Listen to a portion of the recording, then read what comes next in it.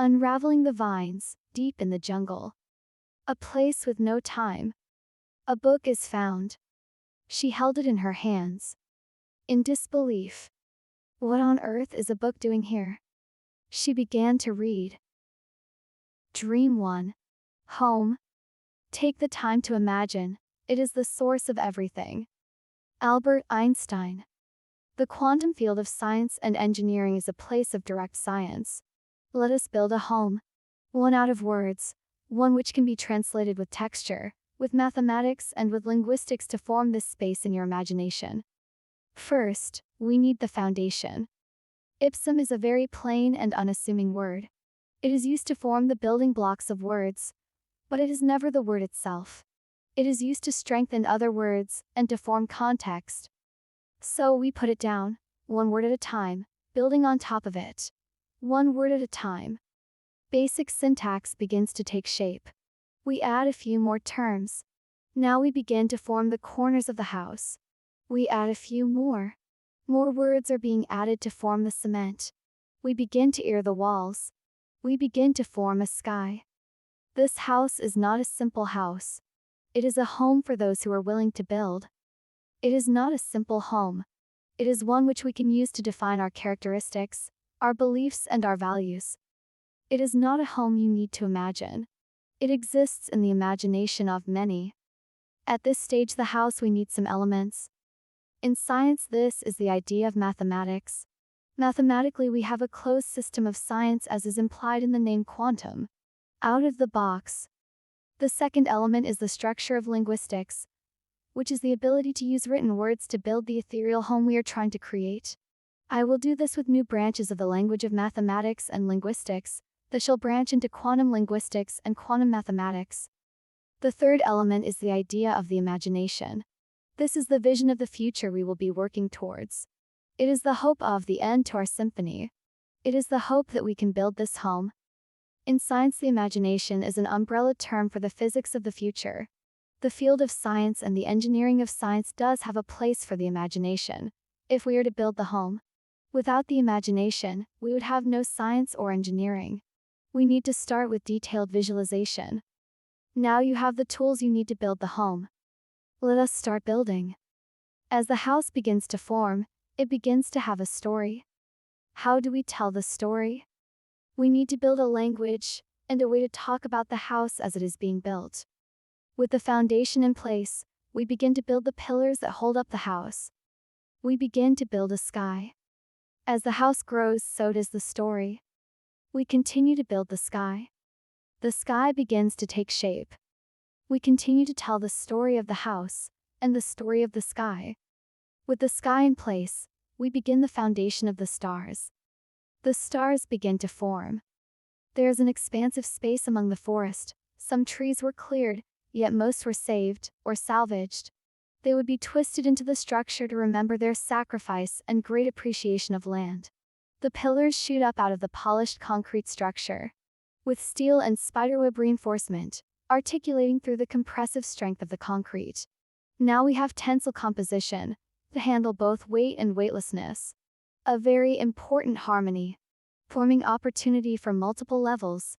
The walls being deformed shifting of stones, unique brickworks, rammed earth, sustainable and conscious design. The house is facing north. It is near the coast, in a jungle, next to a lake. Let's take this vision into the mathematics. We calculate to dimensions. We draw out a pattern using the parameters. We use that pattern to make a canvas. We paint it with words. The house would be about 2 to 2.5 stories tall overall. This would make the structure about 10 meters tall.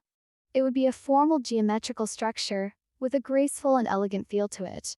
It would have the strong brow of a noble king, fit for a queen. It evolves, taking further shape. The strength of the materials holds strong against all foreseeable weather events for 1,000 years. It has 2 meters thick walls, thermodynamics to allow cost-effective and energy-effect comfortability through all seasons from -30 degrees to +50 degrees Celsius. The walls are decorated with masterpieces of mosaics, meticulously arranged crystals, paintings of the universe itself.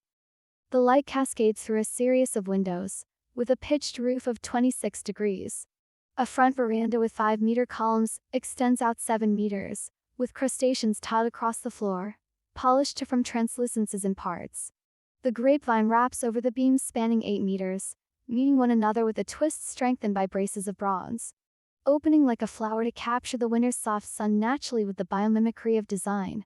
The vine's bloom falls away. The shades are alive, interactive with the light and temperature. Stained glass windows cast light into many spectrums, as the photons splash their colors across the interior. The fountain evolves out of the ground, creating a gray water scheme lit up with holograms and biodynamically watering the field of fruit and vegetables. The roses, tulips, and botanicals are happy with redirected streams providing them sips when they wish. The lights in the garden are hybrid, solar and fluorescent algae, allowing a soft glow whenever the sun sleeps. The electricity chargers via a series of composite generators, sucking power from the sun, the wind, water turbine, and tidal generators, pushing energy back at a balanced 240 volts across Tesla coils, wirelessly. The rooms start to find their ratios. High doorways of 3.5 meters, ceilings stretching greater than 10 meters, where the mezzanine is formed. The fireplace is stretching its stones across the walls, holding the latent heat. A large atrium, with waterfall down and up from the next door bedroom and into the kitchen. The atrium would be open to the sky, and to the house. A grass roof would hold the rainwater that would be used to fill the fish pond. The pond holds a large yin-yang symbol. We do not follow religion, we follow logic. Some of the water would be recycled back into the house to water the plants. The water would be pumped into a large tank on the roof to be used again. The bathrooms would be green and natural. The floors would be made of a special gold and silver mixed to form a molecular ceramic matte finish. The sinks would be a series of water sculptures, as an under-counter system. The water with all its impurities would be recycled through the house to clean and wash. The water would be filtered and reused for many purposes. The statues and sculptures are crafted from the trees that are felled, with a blend of copper, bronze, and marble Greek-style gods. The bricks would be very high-fired, then melted in molds to form the shapes needed. The stone would be cut and polished, then formed into the structure. The roof would be formed through a series of handmade tiles. The video screens would be of a hand-on capacitive technology with no wires. The lighting in the home would be double track, with the second track being dimmable with a hologram of the sun. The house would have an underground storage area with a series of vaults. A communication center, with a great library at its center. The library is sprawling with books from many eras. Books from many languages. Books filled with many stories for any reader to get lost in, but also be found in. There is one very special book on the shelf. The Window Within. A book handed through time, from person to person, to find itself here. In the house of the dreams, the memory palace. The place to store knowledge, the place to imagine, the place to build, the place to create. The only place that doesn't exist, but does exist. In a quantum world, with quantum structure. Ever growing and ever expanding. The home is filled with people. Bonds are built. Memories are leaving their imprint on the objects they surround. Stories are told in the lounge.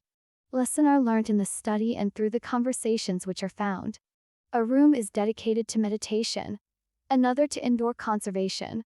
The succulents and plants grow with time. This is not just a place in the mind. Love is formed, balance is found. The home feels harmony, and a place for a calm mind to be. The ratio of 0, 1, 1, 2, 3, 5, 8, 13, 21, 34, 55, 89, 144, 233, 377, 610, 987 is splashed across all the key supports, nestled within the details, hidden within the walls.